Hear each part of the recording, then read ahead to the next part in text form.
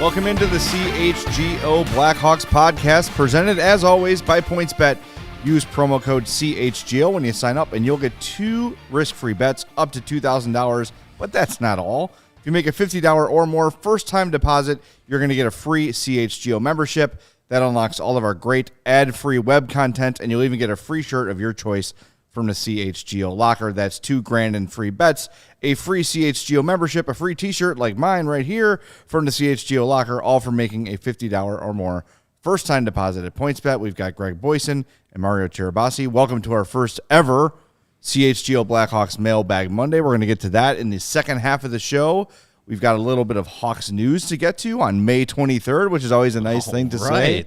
So, fellas, I hope you had a nice weekend. Lawrence, welcome back from Hawaii. Oh my gosh, I totally forget how to do everything, but yeah, this is exciting. Hawaii will do that to you. Yeah, Mai Tais, man, Mai Tais. Well, so far so good. I think we're on. I think the first 45 seconds have been outstanding. I've got it on the iPad. We are live, so your mission Woo! accomplished. There we go. Right. We're good. All right. You could take the hula skirt off, though. It's okay. Well, I thought that and the Keep it coconuts on. you'd enjoy. Well, that's true. You can I'm a big keep the fan. coconut bra on. We're fine with that. But that's it. All right, so where do we start? I think we should start with the Barry Trotz. I'm going to go, air quotes, news. We saw Friday, Nick Kypreos tweeted that I think he said 5 or 6 NHL teams had reached out to Barry Trotz. So I reached out to a handful of my sources and had 2 of them confirm that, yes, indeed, the Blackhawks were among those teams to reach out to Barry Trotz, doing their due diligence. And they also sort of qualified, one of them qualified it with, they kind of know he's not interested, but they know they have to ask at the same time, and they wanted to ask. And just like we talked about with the GM search, you want to pick as many brains as you can. So if they can get a sit-down with Barry Trotz, whether or not he's interested in the job, I think that's great.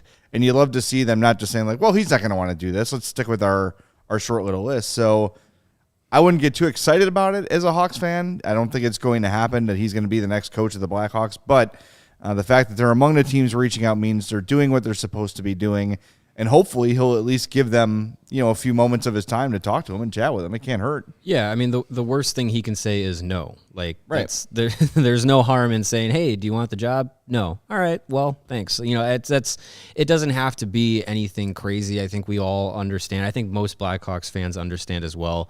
This is not the enticing job that a person of Barry Trotz's stature and where he's at in his coaching career probably wants to go into. So there's nothing wrong with if he is willing to chat and maybe be swayed one way or the other.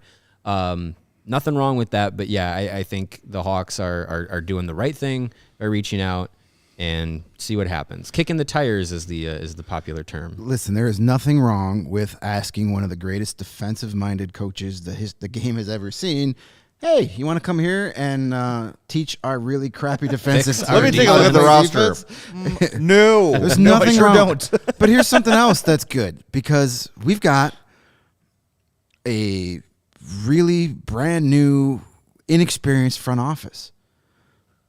They're trying to gain experience here too. Go out and talk to guys. Learn how to interview other coaches, other possible front office people. Just like the guys on the ice, the young players on the ice are going to get better by repetitions.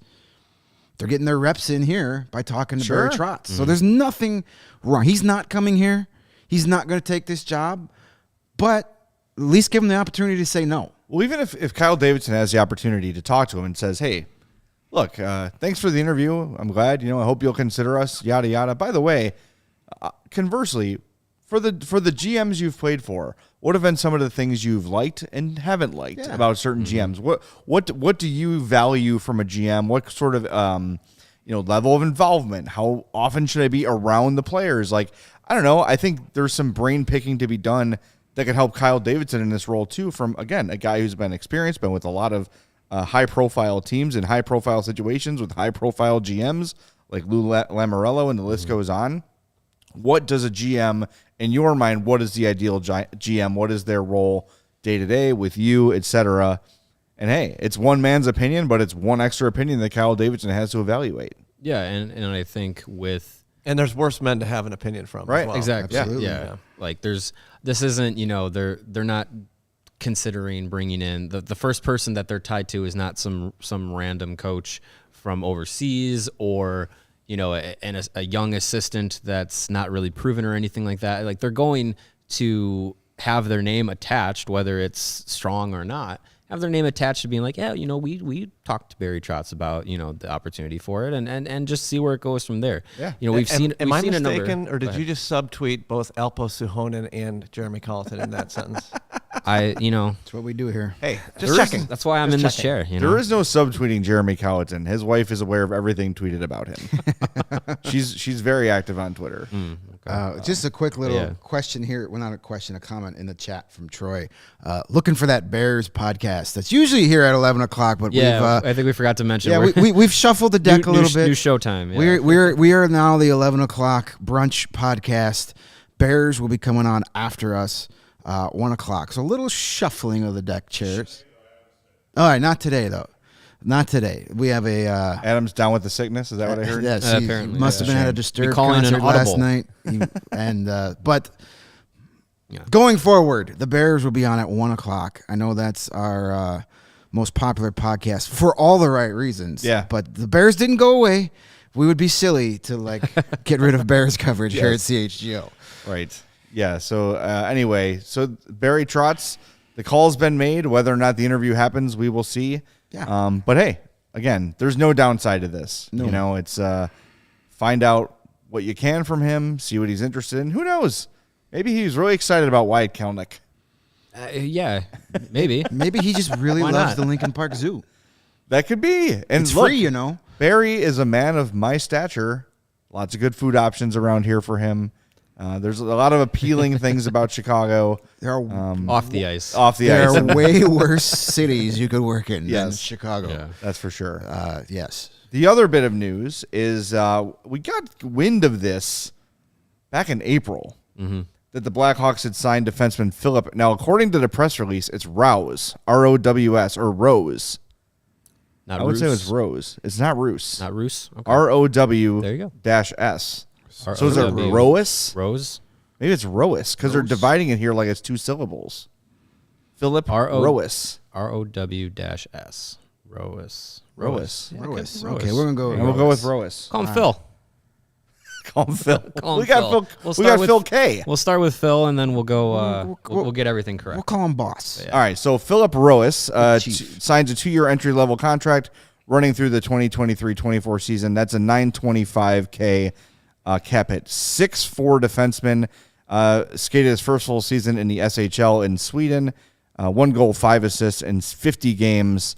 A big dude, 6'4". And Mario, I know you have the quote from Kyle Davidson about Filip Roos. I got it. Greg's got it. Greg's got it.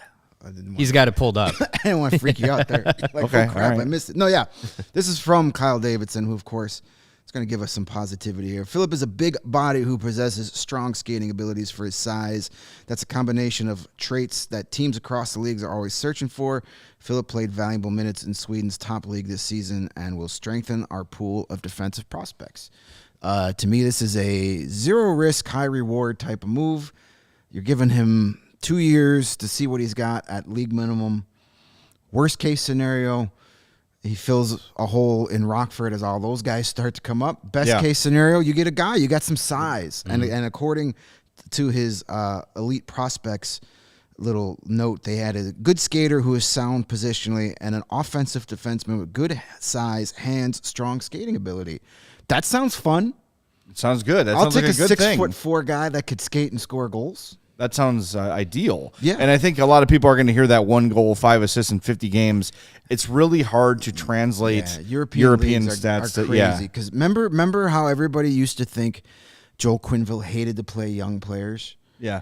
Well, that's actually true in Europe, and then multiply it by 10. Like, if you were under 25, you play 3 minutes a night. Doesn't matter. Like, it's super hard for young guys to get playing time in European leagues. It's a veteran-driven league, so you can't take those numbers. You got to take those numbers with a grain of salt and go by the scouting reports. Yeah. But hey, you're adding size. Everybody says they need size. They got to have size, and they do. You see playoff hockey. There's some big boys bumping down low. So you add some size to some of their more undersized, talented defensive prospects. Again, worst case scenario, this doesn't work out. You're not investing anything Right. except a little bit of money. 23 years old, by the way. I don't know if I mentioned that. And I like that Davidson says adding him to our pool of prospects. Yeah. As opposed to just like putting him on the Hawks right away. They're going to see what he's got. And look, there are many, many open spots on this roster as it is defensively. Probably more to come. I'm sure they're going to let Gustafsson walk. It sure feels like Calvin DeHaan's going to go.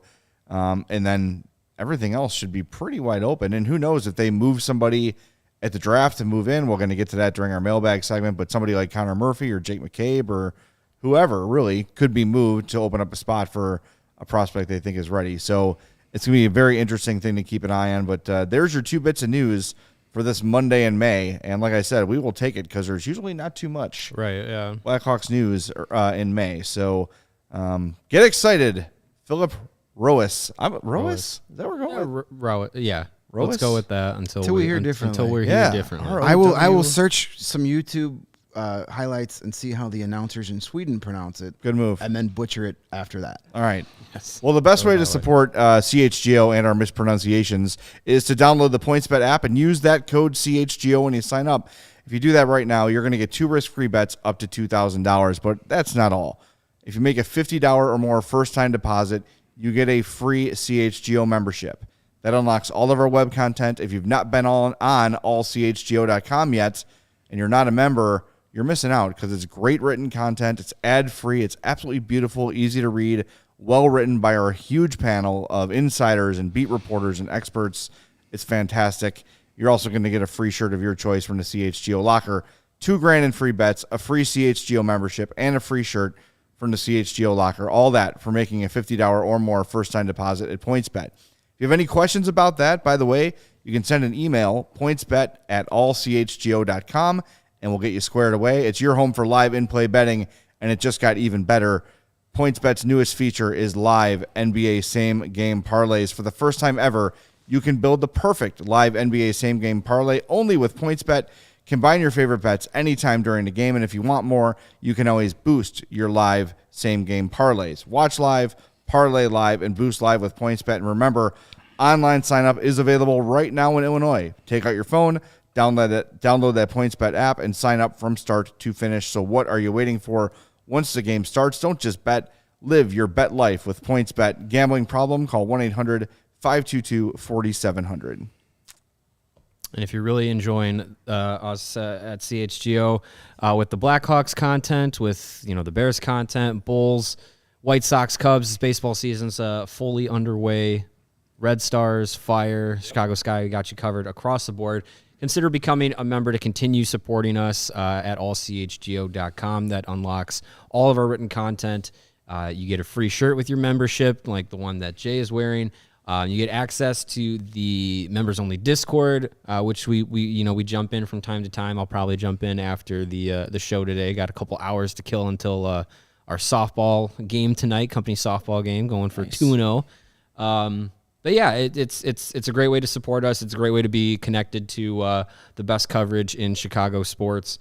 So consider signing up, becoming a member, and getting all of the perks of being part of the CHGO family. It's really great. Love this shirt. The shirts are super comfortable.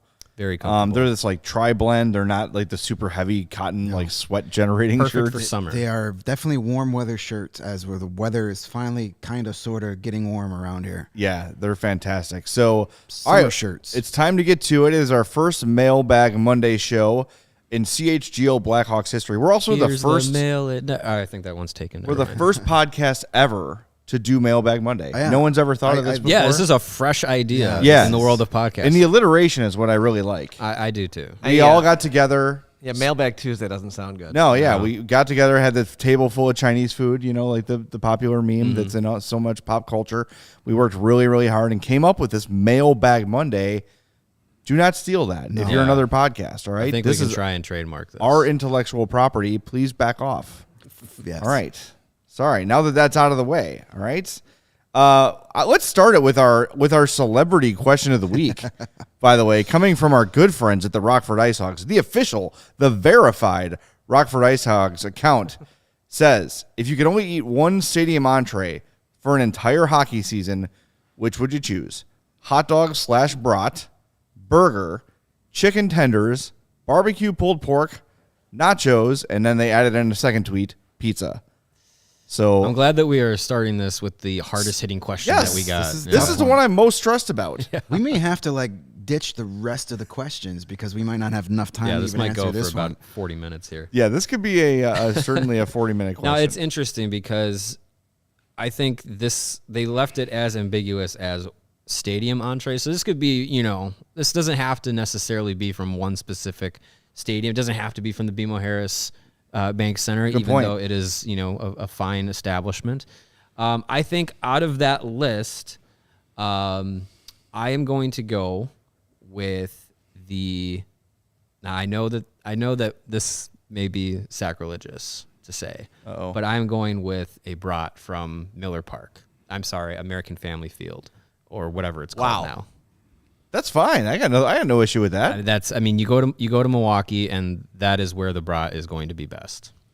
I had a horror story brought about that ballpark once. They may have changed it, or maybe I just was at the wrong stand. But I didn't like that it was grilled on a flat top grill. That sucker's got to be on some charcoal. That's a good point. It. So I didn't care for that. And then I ordered cheese fries there, and they put nacho cheese on the French fries in Wisconsin. That ballpark should have been padlocked and condemned at that point. How do you put nacho cheese on cheese fries in Wisconsin? I mean, maybe I was just there on a bad day.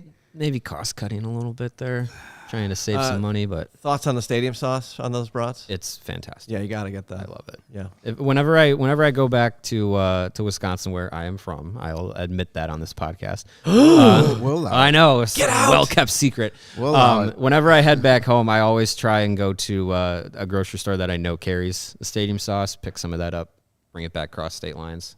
Is that legal? I hope so. Otherwise, I hope so. Otherwise, I'm in trouble. That's how he sneaks in his fireworks. He sticks them in the bottle. Sticks them in the brats. Yeah. I'm going to go the brat route too, but you don't have to go to Miller Park to get fantastic ballpark brats. The brats at Guaranteed Rate Field, and I'm a Cub fan. The brats at Guaranteed Rate Field are killer. They are almost worth the price of admission. They're that good. So that's what I'm going to go with. I'm a big fan at the United Center of the Sweet Baby Ray's barbecue turkey sandwich. Turkey sandwich. It is like fresh cut off the breast turkey, and they throw some Sweet Baby Ray's turkey barbecue sauce on it. It's hot. It comes with fries. I don't know if that concession stand is still there.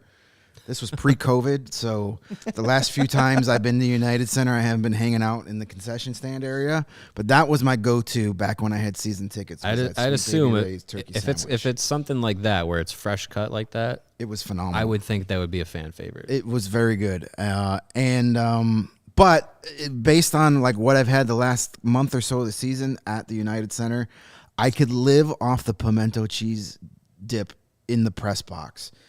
It is every time I see that it's out there, I make sure I get at least 2 of them. They're phenomenal. I think I probably added a couple pounds because of the cookie brownies that they have. And the gummy bears don't help. I took down at least a minimum of 118 gummy bears per game.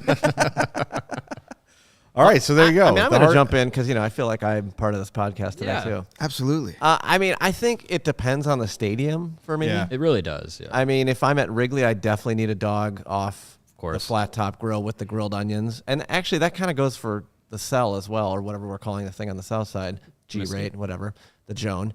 And then like if I'm at Miller Park, if we're bringing Miller Park up, my favorite thing there is the like hot, like sugary candied nuts that they do. Mixed bag of pecans and all that good stuff. Any stadium that has that and you walk past it, you're going to smell it for a week. It's just the best. And then if we're talking about the Brewers spring training complex in Maryvale, Arizona, which I know that's exactly on the top of your exactly mind. what I was thinking of. Yeah. They have something called Island Noodles, where they just take a wok and they throw noodles and like soba noodles and a bunch of vegetables, fresh vegetables, and flip it in a nice sauce. Oh my God, it was like the best thing I ever had at spring training. I would not think that. Oh my God, the best. That would be a baseball staple to spring eat training. in the stands, but Yeah. that's true. One last mention. I got to give a shout out to the Chicago Dogs in Rosemont. Our wonderful social media director Casey's going to be working with them this summer. Yes. So check them out if you get a chance in Rosemont. Great little ballpark. Their hot dog stand is the Wiener Circles, also friends. Also friends, yes. Program. Of So CHGO. you can get a Wiener Circle Chicago dog at the ballpark. No chocolate shakes, but they do have the hot dogs. A lot of children on the concourse. We don't need them acting. That's okay. Their mascot is a ketchup bottle that flashes you. So apparently, you know, they're a little risque there in Rosemont. There you go. But good times. You can never go wrong with a Chicago dog at a ball game. No. All right, I think we all made good picks, and now I'm starving. So let's wrap this up. All right, that's going to do it for now. All right, we got a question here from Will on Twitter with a really good and well thought out question. That's going to make us all think very much about hockey. Is a hot dog a sandwich? No, it's not. I'll get to that another time. What are the top 3 things outside of the draft that Kyle Davidson needs to accomplish in order to consider this offseason a successful first step of the rebuild? Top 3. Now, it's tough. I mean, number 1 is hire the coach, right? Hire the right coach. Hire the right coach. And we're not going to be able to answer that question until we know for at least 2 or 3 years. As soon as they announce it, half the fan base will say it's the worst move ever, and the other half will say Stanley Cup in next year. Right. Yeah. So there's going to be a lot of insert new Blackhawks coach name here, parody accounts, Stan accounts, all that stuff. Right. Not Bowman, but there are what none the of kids those. use the word Stan for. There are no stands anymore. I think one of the biggest things he needs to accomplish is to lay the foundation for the culture he wants. Yeah. You got to get your guys that you kind of already identified as guys who are going to be here for a while. You have to get them to buy in. You got to get them to become part of this culture. That was a buzzword that he said a lot during that little meet and greet they had last week at the United Center with the front office. You heard that a lot. We want to establish a culture. That was huge with the Cubs. Yep. And now you got Jeff Greenberg, who was part of that. You want your guy from the day they're drafted to the day he gets to the NHL to be on the same page as everybody else. So all those steps along the way are fluid and seamless. And that's going to be the most important part, is getting that culture, the seeds of that culture planted this summer. Yeah, I agree with that. I also think one thing that he needs to do in terms of like transactionally is try to acquire as many assets as you can. And that sounds like trade picks for more picks, but it might be trading more picks for higher picks, right? Because I'll take a first over a second and a third, right? So it's not so much volume of assets, but the one thing he said during that meet and greet, whatever you want to call it, thing last week, that had any sort of certainty to it was that he would like to get into the first round this year. And I think he's looking for ways to do that. Mm-hmm. And what those ways are remain to be seen, but that is gathering assets. And yes, it might cost you 2 picks for 1 or 3 picks for 1, but a first round pick is a better asset, and picking on day 1 is a better asset. So if that doesn't work out, take some of the veteran guys you have that you know aren't really going to make or break the team next year and try to get some picks for them. And try, those are the ways that you can accelerate this rebuild, is by getting more lottery tickets, right? Mm-hmm. Yeah. So there's a lot of ways to add assets. I think that is the thing you should be looking to do right now. That is sort of step 1 of the rebuild, is figure out what veterans you want to keep, which ones you want to get rid of, and try to maximize the return for those you can move. Yeah. I think that's kind of common sense, but he said outside of the draft, so I think, culture is huge. Get the coach, get assets.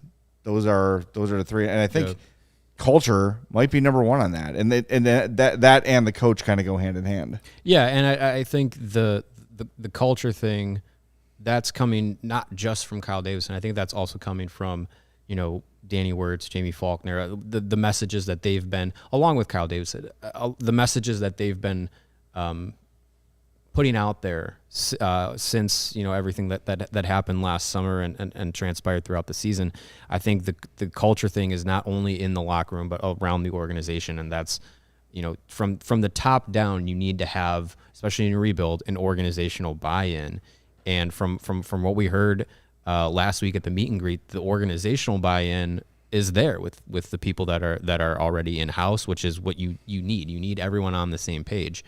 So I think the culture thing is a great point. I think within the culture aspect of it, I think you also Kyle Davidson will have to present the style of team he wants to build. The kind of players that they're looking for. Speed is the biggest thing that he mentioned. Going into this offseason and what they're going to be looking for to add to the team.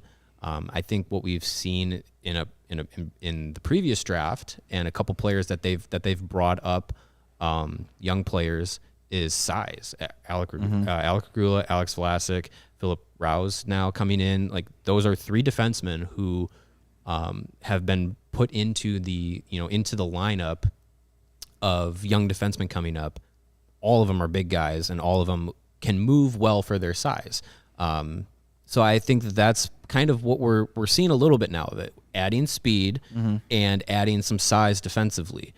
So it'll be interesting to see, through free agency, what Davidson plans to do to put together a lineup that's going to start the rebuild.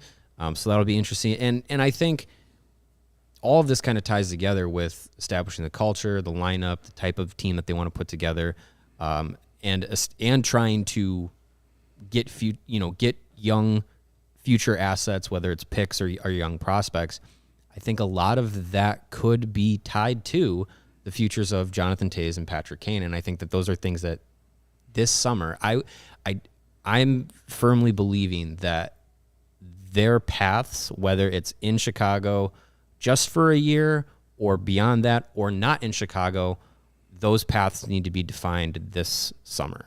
And I think if you can if the organization can understand, if the fan base can understand where their paths are going to be in the rebuild from this summer, I think that can make the rest of that can help the rest of the dominoes kind of fall into place. Whether that's moving them for potential picks, assets, whatever it is, or if it's those two guys buying in and saying, we want to be part of this rebuild. If Jonathan Toews wants to accept the leadership role of a rebuild and probably swallow some pride and accept an extension that's less than what he has gotten in the past, I think that's an important thing that they're going to have to figure out if they're going to rebuild with them or without them. And I think the one thing we need to have cautionary for Hawks fans this summer, we won't know if this summer was successful or not until 2 or 3 years from now. At least. So let's not declare this summer a failure or knocked it out of the park until we know, because this offseason is going to set up the next couple off seasons. He's got a lot of damage control, a lot of cleanup duty. Yeah, it's like he's like the guys that get hired to clean up like the most gruesome crime scenes. That's his job this summer. He's that guy that shows up to clean out the gruesome crime scene so that apartment can get rented again the next week. That's what he's got to do.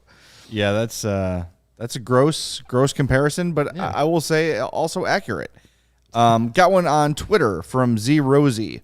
Are there any cap dump trades you would like to see the Hawks pull off to gain more assets? Something in the same vein as the Bickle and Tavo to Carolina trade. I don't want to do any of that. Sorry.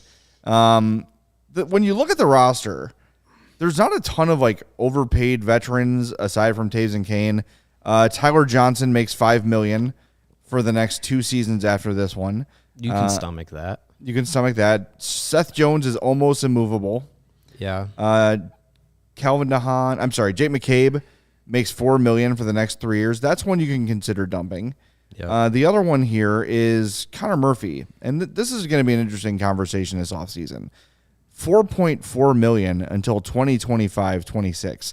That is an absolute bargain. It is. If Connor Murphy can stay healthy. And that is a question, right? Yeah. But for that money, for a defenseman of that caliber, that's a very enticing trade to make for a team that's looking to win, looking to add some defense for a low cap hit, and a team that's ready to win now might be willing to give you a prospect and or a pick or two to make that deal happen. I don't necessarily want to move Connor Murphy, but if you're getting another really big return for him, you absolutely consider it.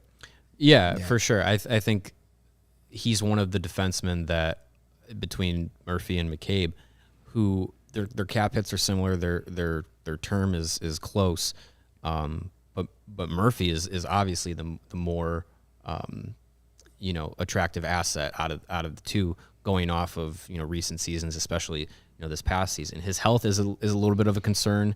I'm glad that they just said no, you're done for the rest of the year. They didn't push him back for any reason. Smart. But I think in the same breath, Murphy really seems like a player that Davidson and the Blackhawks would want to keep around, because he's one of the leaders of the team.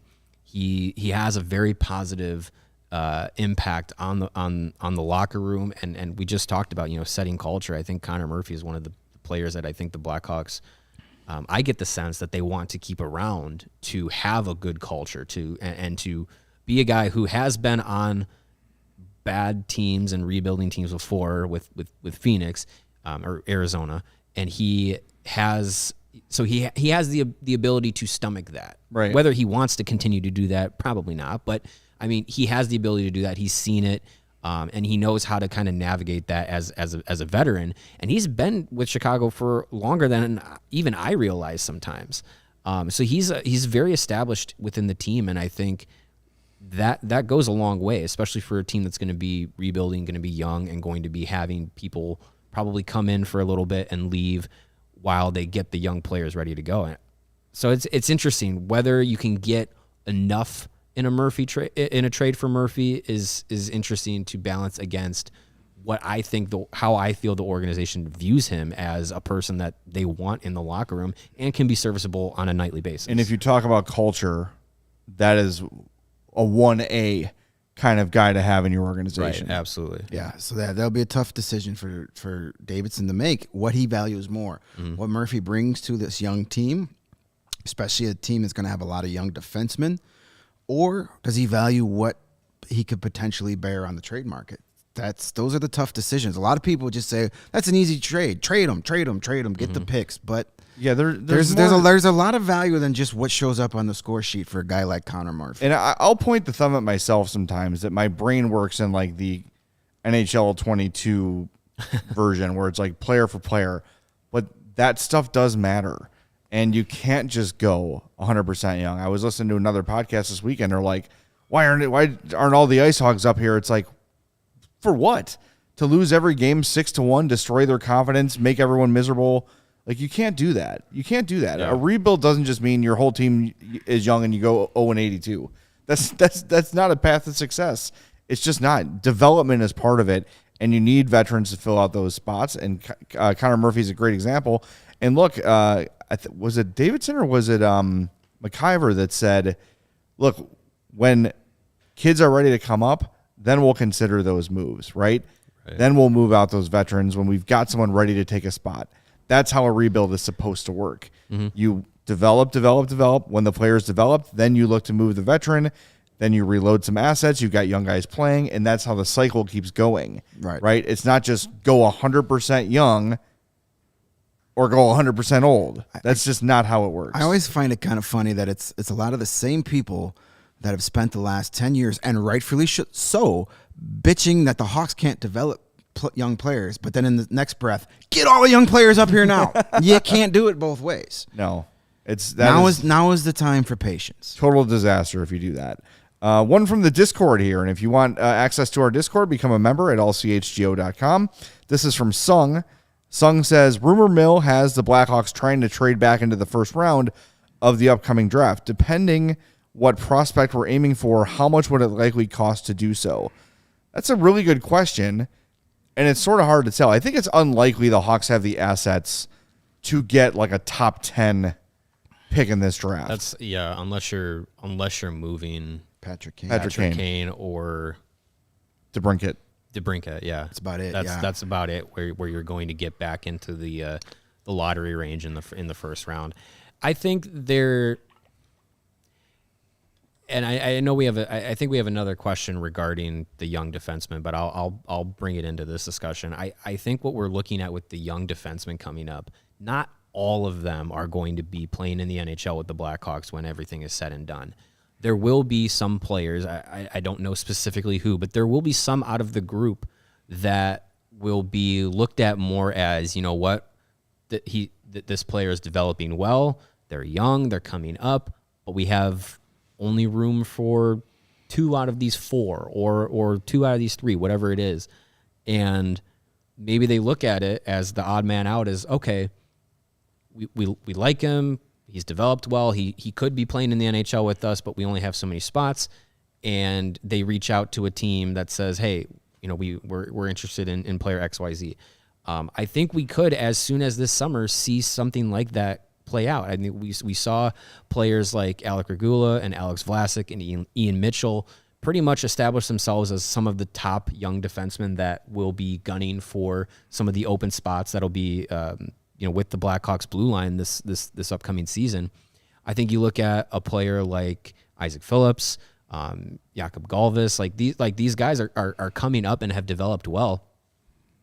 Some of them just are going to end up being trade pieces. So I don't know if they garner first round picks, but I think you could look at a young player who's coming up, who probably could be seeing some NHL time as a trade piece to kind of, you might entice a team in a package with, a second round pick or a third round pick to say, hey, like maybe we can get a late first round pick for one of those young defensemen. You package another pick in and see what happens. Yeah, they don't have a ton of assets to give up for one of those picks, or at least they shouldn't. They're not in a position to be giving up a ton of assets either. It depends on if there is a first-round talent. If they've got a guy that they know they want to have, yeah, then I'm okay with that. To trade to get in the first round just to say you got a first-round pick, that's a little silly to me. But yeah, one of those young defensemen, it's a numbers game. You got all these guys that could be NHL defensemen, but you only have 6 roster spots, and Seth Jones is here until the next century. So you got everybody, every prospect you got at this point is an asset. Right. Mm-hmm. They're currency at this point. Some of them may develop and be good players for you, or you can use them to get other things you need. So that's a possibility. The trade, you've got a whole bunch of extra second and third round picks this season. You got those 2 extra first round picks from Tampa in 23 and 24 that you got for Brendan Hagel. So maybe you package that 2024 first round pick and one of these defensemen to get into the first round, but only do it if there's a guy that you see that is exactly what you need for your plan. Don't just do it to do it. Right. There's plenty of great talent in the second. Don't move a guy to get the 30th or 31st pick. Right. Like if you're going to get in there, you got to get in that 15, 16 range, and it's a guy you are that you just love and is going to be a star for a long period of time, then you give it up. Yeah, like if a team's on the clock and the guy you want is still there and you're like, we can get into the spot, then you think about it. I don't think, just getting one, like you said, for the sake of it. No, giving up Isaac Phillips to get the 29th overall pick is not worth it. And just to see who might be there at that time. Yeah, right. I tend to agree with that. By the way, on the chat, we had someone bring up a big Swede that the Hawks signed in the past. This is from Dan. He says, a few years back, the Hawks signed a tall Swede. He played like a dude half the size. I forget his name. Victor Svedberg. Victor Svedberg. Yep. 6'7", 6'8", 234. His birthday is coming up this week. You can figure that out by birthday's tomorrow. Yes, if you check out my This Week in Blackhawks history column on allchgo.com, you would know that the giant Swede defenseman is turning a year older tomorrow.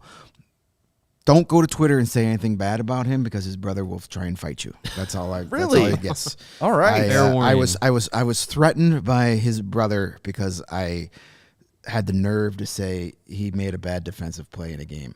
Interesting. Yeah. So okay. Well, he plays plays about as physically as Henrik Borgstrom, if I recall correctly.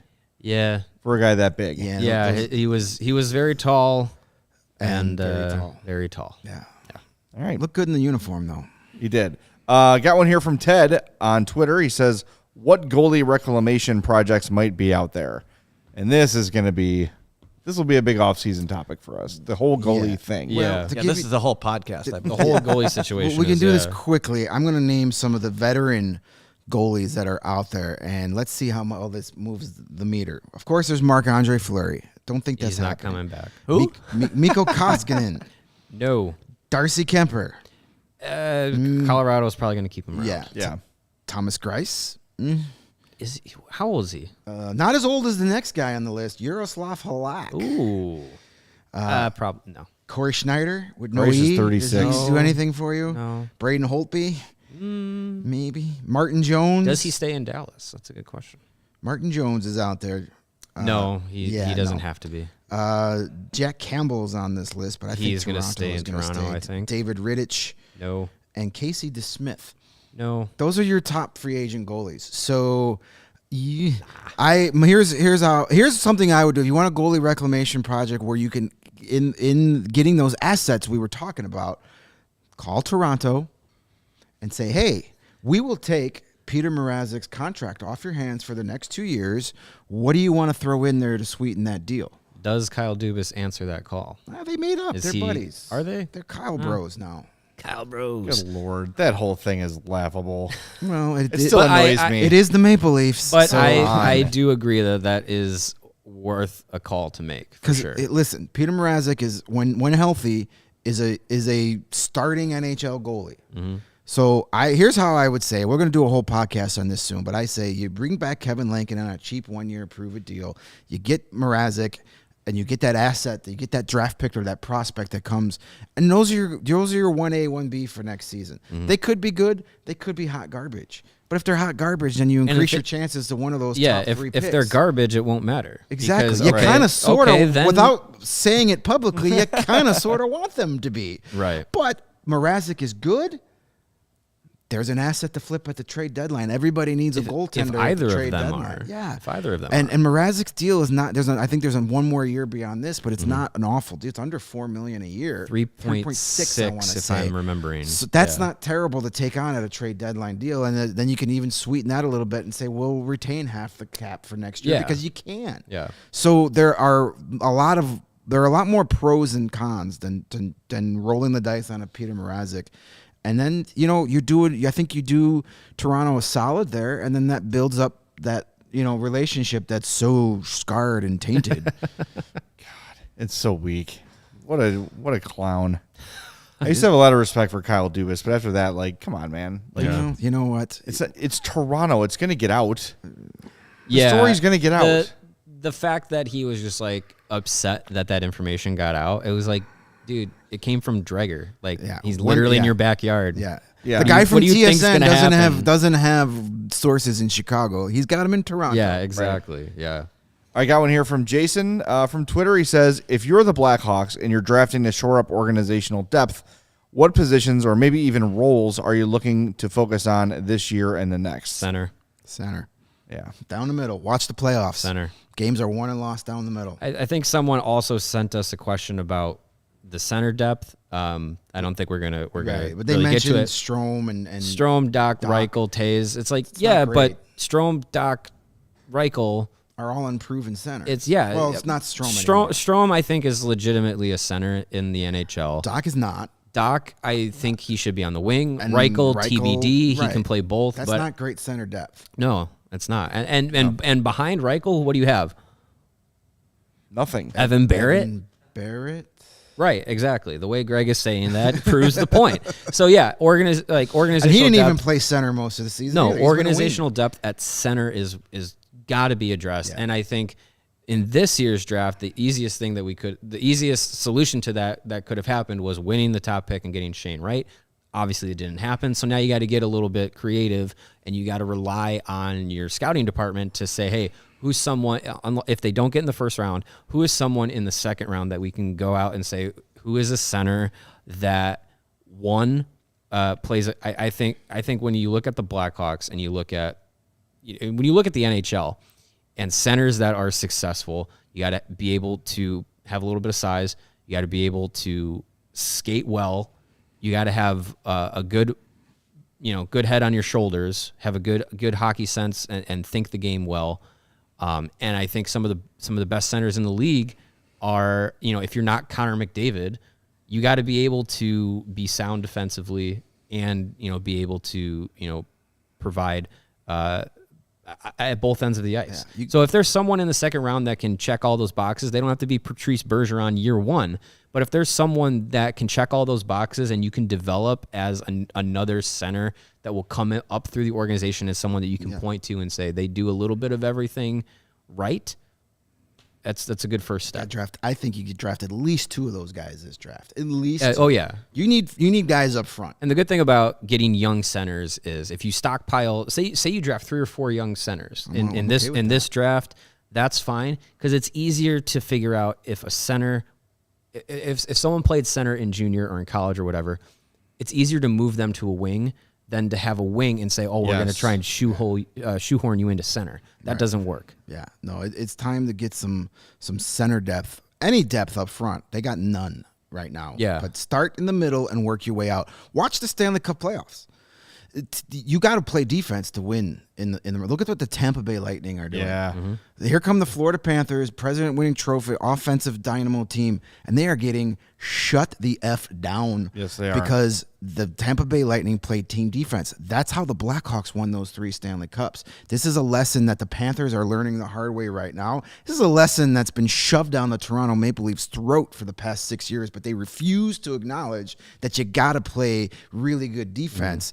Tampa Bay's showing it. They've had one of their best postseason performers of the last 2 seasons. Braden Point hasn't been on the ice this series with an injury, and they are likely to sweep the Florida Panthers out of the second round because they play defense. So start their defensive-minded centers. You can never have too many of them. Agree. All right, we got one more here that's a little bit more complex. This is from Bears and Hawks. He says, I love your podcast, but am confused about the rebuild value of things. Number one, why keep Dylan Strome? Trade his rights. Wouldn't they be higher now than they have been since we gave him his last bridge deal? And number two, keep a qualify re-sign for a year. Dominic Kubalik. Isn't his value lower than ever before? If the Hawks trade Strome, put Taves as center number one, it boosts Taves' value for the trade deadline, eat half his contract, and actually get something of value for him. That gives you a top 6 of Kane, Kat, Taves, Johnson, Kubalik, Kurashev, Reichel, etc. More than 6? Yeah, it was just kind of going through like the dash / top 6. We were just talking about their lack of center depth, and I think trading Dylan Strome puts you in a really bad spot when it comes to center depth. Yeah. I don't know if it's even something they can consider at this point because Doc can't win a faceoff. You don't know what you've got in Reichel. We just went through the whole thing. There's no one in the organization to step up and take that job. The Kubalik thing is interesting, and I would be interested to see what it would take to bring him back because I do think he's better than he played last season. He's probably not as good as he was as a rookie. He's somewhere in between there. But I do agree that Kubalik's value is probably lower than it's ever been. It's the lowest it'll be. Hopefully it's the lowest it'll be, but yeah, it's the lowest it's been since he's been within the team. So I have no problem bringing him back regardless of what happens with Strome. I don't have a problem bringing Kubalik back and say, let's see what we can get. Let's see what you've got. I don't think you can bring him back at what his RFA offer is going to be, which is $4 million plus. Like I don't think you can do that. No, he's not getting that anyway. So if you can go to him and say, we believe, like you said, we believe you're better than you showed last year, but we can't pay you $4 million a year for 2-3 years or whatnot. If they can go to him for a short-term deal at an agreeable price, $2 million or $3 million or whatever, it can't be the value that he's just given. It's got to be the value that he's going to bring. If he can agree to that, because I don't know what the free agent market's going to look like for him if he's not qualified, given his performance the last 2 seasons. If he can agree to that, I'm fine with that as well. But I don't think you can bring him back and say, yeah, you did everything we expected. Here's your qualifying offer. Like I don't think that would work. And to just touch on Dylan Strome, and I agree with all of that. I'm okay with Dominic Kubalik on a team friendly contract because that could be a tradable asset. There's value to keeping Strome too because he's still at an age where he could still be a very big contributor when this team is a playoff team again. He's not like we're talking about a 28, 29-year-old guy. This is a guy that has yet to play his best hockey in this league. And he plays center. And he played center very well. Yeah. He was for most of your season your best face-off guy, which is it just blows my mind to say that, Yeah. considering how Would not bad have- it was. Would not have put a points bet. And that gives me a bet on little that bit of one. hope that Kirby Doc may actually be able to figure this out one day, because Dylan Strome was pretty bad at the dot. But all of a sudden, he became one of your most reliable guys. There's still a lot of value to bring him back. But again, it's going to be much like Kubalik. What's the value? What's the long-term contract look like? Maybe Davidson decides, yeah, it is worth it more to see if I could trade his rights than what he brings. But you got to have someone win faceoffs the next couple of seasons. And right now, a team without Dylan Strome taking draws, it's not pretty. By the way, on the Kubalik thing, remember last year the Hawks had Pius Suter on a 1-year deal. He was a restricted free agent. They did not qualify him. He became an unrestricted free agent, signed a 2-year deal with Detroit for $3.25. So that's, I would say it's probably comparable to what Kubalik would look like as an unrestricted free agent. Something along those lines. I think he's proven to be an NHL scorer a little more than Suter had at that point. But Suter had, for a Blackhawks team that didn't have a ton going well for them last season, he was one of the things that was like, he was one of the players that was like, oh, he showed up pretty well. Especially against Detroit. Yeah, so that probably helped. Yeah. I think he signed that deal with an upward trajectory. Kubalik is coming in with a downward trajectory into free agency. So, but yeah, I think it's somewhere in that range. Now, correct me if I'm wrong. They can not qualify him, let him explore the market, and still get him, and then get him back. They could. Absolutely. Then I think that makes a lot of sense. Yeah, If I don't he think would, qualify him. if they could, if Kyle Davidson could lay out, the structure of doing that and sell him on, hey, we would like to give you this deal, but not, you're not qualify it. If he's okay with that would be the route to go. I don't know if there's going to be a team, that's going to outbid the Blackhawks for him, depending on what the deal would be. But they could take that approach for sure. All right. Well, that was a really great first episode of Mailbag Monday. We appreciate all your questions. Feel free throughout the week to hit us up on Twitter, all of our social accounts. I'm at Jay Zawaski. Greg's at Greg Boysen. Mario's at Mario_Tirabassi. You can tweet us at the CHGO_Blackhawks account. We've got an email account, blackhawks@allchgo.com. Hit us up on the Discord. We're going to do our best to keep track of all these, so every Monday we can plow through them and get your questions answered. We appreciate that. We got a little more to get to before we wrap up, but Greg's got something in his coffee mug he wants to tell you about. Oh, absolutely. I mean, now that it's brunch with the Blackhawks every day here, it's a perfect opportunity to get your Strava craft coffee brew. I know the Region Rev already said she's got hers, and our fearless leader Kevin is drinking his as well. Because you know why? Because it is a game changer, and it is a fantastic product. Strava CBD coffee has helped thousands of people improve their overall wellness and quality of life, including a lot of us right here sitting in this office today. Strava delivers delicious, fresh roasted specialty coffee infused with organic broad spectrum CBD. CBD from hemp doesn't make you high or hungry, but it does offer real benefits that can help you, such as feeling more alert and focus without the jitters. You can live your day. More balanced with less anxiety and fewer aches and pains. That's the best part right there. Plus, including CBD in your daily routine can even help you enjoy a more restful night of sleep, so you wake up feeling your best. The best part is that Strava, everything is about quality. It is small batch, fresh coffee shipped straight to your door.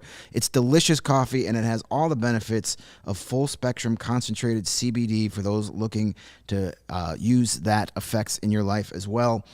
And also, CHGO listeners can save 25% off their entire purchase. That's a whole quarter off your bill just by using the promo code CHGO25 at checkout. That's 25% off your entire order at StravaCraftCoffee.com when you use that promo code CHGO25 at checkout. And if you already love Strava, and dagnubbit, you should by now. Yes. You can subscribe and save when you become a member of the Strava Coffee Club. With Strava, they put you in total control. You can save on all your favorite flavors of coffee and concentrations of CBD and have them automatically delivered to your home with no worries, or your office. You want to send them to work, they'll get it there exactly when you choose. So it doesn't get any easier than that. Great product over there at Strava. And we will be rocking the Strava a lot with these 11 a.m. starts going forward. It's going to be crucial to getting through these These on my early way morning in. shows. That morning commute, it comes with a cup of Strava in the cup holder these days. That helps with traffic as well. I gotta say, this is something I've noticed on the Eisenhower. I know it's legal now, but people will just puff away on whatever type of product they want on the highway. Is that legal? I don't don't think you should. I think believe- it's like drinking. You could still can get a do that. DUI. That Yeah. seems For- like with not weed. legal to Yeah. me. Don't The believe little you can do that. electronic boards all over the highway say drive high, get a DUI. Yeah. So while doing it is legal, doing mean, it while it's driving highly illegal and very also blatant. highly stupid. Treat it like booze. No pun intended. Yeah. But I love when there's those cars that'll drive by you and you're like, whoa, Yeah. Yeah. there's a party going on in there. Just got passed by the Cypress Hill tour bus. Yes. So yeah, official message: don't do it while you drive. No. Yeah. But Strava is not. Yeah, There's no cannabis in not the same Strava, thing. so Yeah. you can drink cannabis, CBD coffee, and drive. CBD you're coffee will fine. help you yell less at the Yes, exactly. at the less pudwack that didn't use his turn signal to cut you off. Leave Tony D'Angelo out of this. uh, Speaking of Pudwax, speaking of Mario's got something on his mind. Yeah, I just wanted to address this before we go over the weekend not only between the NHL playoffs, but also what Tim Anderson had to endure this weekend playing against the Yankees from Josh Donaldson, and we've seen racial incidents in sports, racially charged incidents in hockey way too often. Yep. This weekend, Nazem Kadri was involved in a collision that injured Jordan Binnington in the Avalanche and St. Louis Blues game, and it came to light that Kadri had been getting a lot of threats and just racially charged comments towards him. It's not something that is new to him in his career, unfortunately. And it's not something that is new to hockey for non-white players. It's incredibly overabundant, and it's incredibly disheartening, and it's something that the hashtag hockey is for everyone. I just shake my head because it's not, and Right. there's a lot to go, not only in hockey but in sports. And I know the White Sox podcast today, I'm sure they're gonna talk at length about the incident between Tim Anderson and Josh Donaldson, and just. It's uncalled for. Absolutely. It's a terrible thing within sports and within society to think that those things are okay, and to go after someone, over an incident that you want to talk about intentional back history of play on the ice, things like that. You can have that conversation without bringing in racist things attached to Kadri, and it's just I can't believe that we're in 2022 and we're still dealing with this, and things have awareness and people pointing it out and standing up against it within sports and society, I believe, is going in the right direction. But we have a long way to go before hockey is for everyone is actually a true statement. I put out a thing real quick. I know we're up against the clock here, but I retweeted the Kadri thing, and I quote tweeted it: "Love the sport, hate the culture." And I had someone say, "Well, that's a dangerous blanket statement. There are all hockey fans welcome in every." And I said, "Okay, first of all, That's not true. That's totally not true. And yes, you are right. There are more good people than awful people in the sport of hockey. But until all those good people stand up and say that's wrong and we don't want it here, this is going to continue. So we just can't sit here and hope that peace and love and lollipops and sunshine are going to win out at the end. We got to stand up and say this isn't right. One racist, one bigot, one homophobic person in the sport is one too many." Yeah. So yes, there are more good people than bad people in the sport. There are more good people than bad people in the world. Yep. But it's up to us as the good people to stand up and say this is not acceptable. And that's not just hockey. It's not just sports. It's everywhere. every aspect of society. Every office, every Yes. bus you get on, everywhere. When you see something bad, the good people need to say something and be a part of the fix, and not just sit back and sit on their hands and not say anything. Silence enables the ugliness. That's right. And it makes it stronger. That's right. So, all right. Well, I'm glad you said that, Mario. Yes, It was an important thing to say. All right, tomorrow we're debuting tomorrow's going to be, Tuesday's going to become our fun day of the week. It's going to be called Top Shelf Tuesday. All of the days are fun, Jay. They're all fun, but we're going to do something fun and unique every Tuesday. Tomorrow, we're each going to draft our own lineup built of players currently in the playoffs, but there's a catch. We can only take one player per team. So we're going to draft center, wing, DD, goalie. But we can only pick one Oiler, one Flame, one Avalanche, et cetera. Should be a lot of fun. Join us for that. And a little bit of Connor McDavid discussion tomorrow, too, because that dude is doing some stuff. He's good at the game. That kid's got a future. He might be good someday. He might be good someday. All right, so we're going to wrap things up. Thanks to Lawrence for producing, as always. I know the mailbag shows are a bit of a challenge getting all the graphics up there, so thank you. not a We problem. put him Super right to easy. the test after his week in Maui. Yeah, Welcome back. We missed you here, buddy. I was a little hazy, but it's all good. We got We this. wanted to get you right back into the flow of things, so we appreciate it. appreciated. And just a reminder, we're presented by PointsBet. Use that promo code CHGO when you sign up to get 2 risk-free bets up to $2,000. Make sure you're subscribed on your podcast apps. Make sure you like the Facebook page. The CHGO Sports Facebook page. Yeah. And subscribe to the YouTube channel. Turn on those notifications on all so you know when we're live. We'll talk to you Tuesday at 11 a.m. for Top Shelf Tuesday on the CHGO Blackhawks Podcast.